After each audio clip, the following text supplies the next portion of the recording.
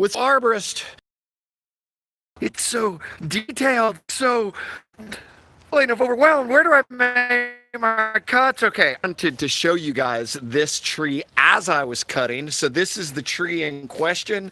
The problem was I didn't have anybody to hold my camera. So we pulled out quite a bit off of this tree. Let me just tell you a little bit about the problem here. So beautiful little Japanese maple. The problem is where it is sitting. And we're going to switch this camera around so I can see. So here's the issue. Where this tree is sitting was just flat out too close to the driveway and to the sidewalk. So the customer was having an issue because effectively it was scraping on the cars. Now the big problem, number one, is anytime you make a cut, you need to give nilly, like you don't want to cut right here in mid branch. It's really bad to do. So you're supposed to cut, where, like, this is called a crown reduction cut. So we had a lot of stuff coming out here, and we were able to eliminate that and kind of achieve the goal of keeping it off. Unfortunately, this tree has not had crown reduction cuts made on it throughout its life. So it had been allowed to grow out. And once it grows out too far, then it's really hard to get and bring back in a way that is healthy for the tree.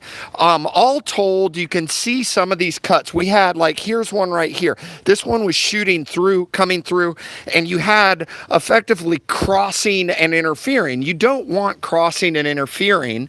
You want to make sure that even like this branch maybe could be pruned. I felt like at the end of the day, I had gotten enough out of there, but see how it's kind of like turning back up. Sorry for the light, turning back up toward this one. We tried to clean it out so that you don't have a whole lot of crossing interfering. Here's an example right over here. Like, we had one that was coming out and I think shooting through here and just all super tangled up. We wanted to free that area up a little.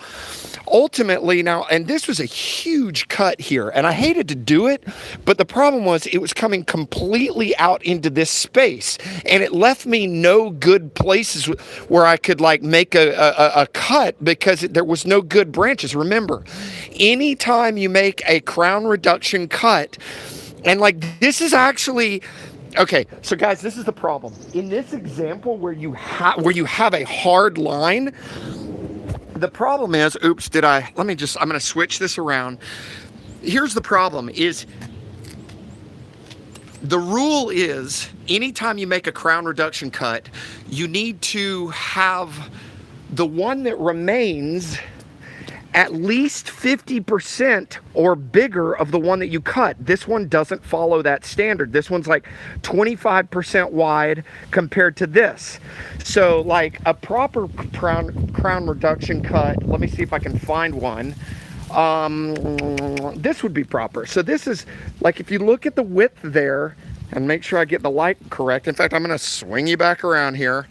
This would be proper. So you have whatever the width is of that, this is at least 50%. And by the way, notice how the angle right here, see this line?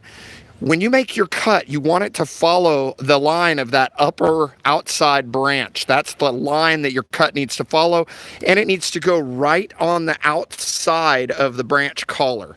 Okay, so that's a correct ratio for your crown reduction cut. This, on the other hand, and I'm kind of, I'm making an example of this only because it was kind of a triage situation. That, on the other hand, is definitely not a good example of your ratio. So anyway, I just get a lot of people kind of like, it is, I got to tell you, listen, there is no question that there's a little bit of an intimidation factor. I mean, coming into this, like, where are you going to start? There's a million different options. Where do you start? Ultimately, for me, I kind of look at, like, when I approached this tree, I talked to the client. Oh my gosh, look at that, sounds horrible. When I talked to the client, I kind of knew, okay, the main goals are to get it off of this and off of this. Okay, so what do we know about that? Then that's gonna have when we pull it off, because there was stuff that was dripping down. So if it's dripping down there, you want to match it over here. Now, if you notice, look at that. That looks pretty good. It's pretty balanced. Now, that did require a big cut right here and another big cut right here, because this whole under canopy. But otherwise, the problem is, see, because now you have a nice balanced tree. Otherwise, what would have happened is you would have had... Hold on just a second. Got to be photographer and arborist all at once. Otherwise, what you would have had is a kind of like a sloped off bush, rather than, you know, now we kind of have, and I told the client, I said, look, you're going to kind of wind up with a somewhat of a bonsai umbrella shape. But I got to tell you, I really like the shape of that. I like the shape of it. This is on one of my other videos, how to prune a tree. They said, hey, show making the cuts. I know I'm not showing it. Here's another example. Look at this. This was a, see if we can get it in focus here.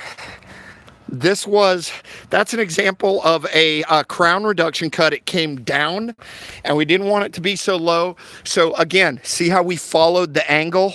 Okay, you follow the angle of that outside branch with your cut across there, and that can take, and that'll allow it to heal properly. So that's just kind of an example, guys. I do have to tell you, like, a couple of these cuts, those two right there, I mean, honestly, at them, you're like, oh, is this going to be? So what you, one other thing I can tell you is that when you're looking at it, you have to really use your creativity, because, like, your imagination, because, like, let me just show you this. When I was looking at it, I was like, oh my gosh, it's a humongo piece. It came out, down, all down here. So you seriously have to, like, envision. You're now seeing what I was seeing, you know, in my imagination prior to making that cut. And the reason I bring that up is you just really need to be able to, like, kind of envision what it's going to look like and think through each one of the cuts very carefully. Like this tree, I've probably been here at least 45 minutes just kind of nipping away, and it took me a long time to decide how we were going to finish this off. And ultimately, guys, here's what I got to tell you. It's not perfect. It required a monster cut there that I didn't like, but again, it's a triage situation. And like this one, I guess ultimately I could have pulled off right here. The problem is that you're starting to kind of like get this like effect here. Really what the client probably should do is just maintain this throughout the life of the tree. And I mean, I got to tell you guys, I like the way that it turned out. I think it looks really good. It's thinned out on the inside. Unfortunately, like the tree had never been pruned, so it kind of had to have an aggressive percentage taken out of it. But I really, at the end of the day, I think that tree looks really nice. It's one of the things that we achieved with it is thinning, so that you know, it's just not super overgrown. It's not looking, you know, like one of these anymore. Looks a little bonsai'd out, and it does achieve, you know, the goal. And that's the very hardest part, is like, how do you make it look good? Because the one thing you don't, if you notice here, let me just point out, this is the most important part. What you don't see is just like a straight line on humongo branches. So like you had a huge branch coming out here, like it was really out to here. What you don't see is a straight, that's not creative, right? You don't want to do that. I mean, that's horrible. It's horrible for the way that the tree wants to heal. It just, ultimately, you need to go back, you need to see which ones you want to leave, which ones are going to grow, and just very selectively make your cuts. Okay, guys, I hope that helps. Obviously, if you need trees pruned, 770 Arborist. Just wanted to make an subscribe and hit me up with your questions. I've been doing this for a hold on. That was almost an exposure nightmare on the ask for the subscribe and share. We can't do that. Okay, that's it. Do ask questions. I'm happy to help. And if you have any tree needs in the Atlanta area, we also do emergency storm work. I'm actually just about to be licensed for my public adjuster. So I know the insurance business really, really well. So if you know anybody who has a tree on their house, that's it. Ask me any sort of questions. We'd be happy to help, and give us a call at 770 Arborist. You guys take care. Bye-bye.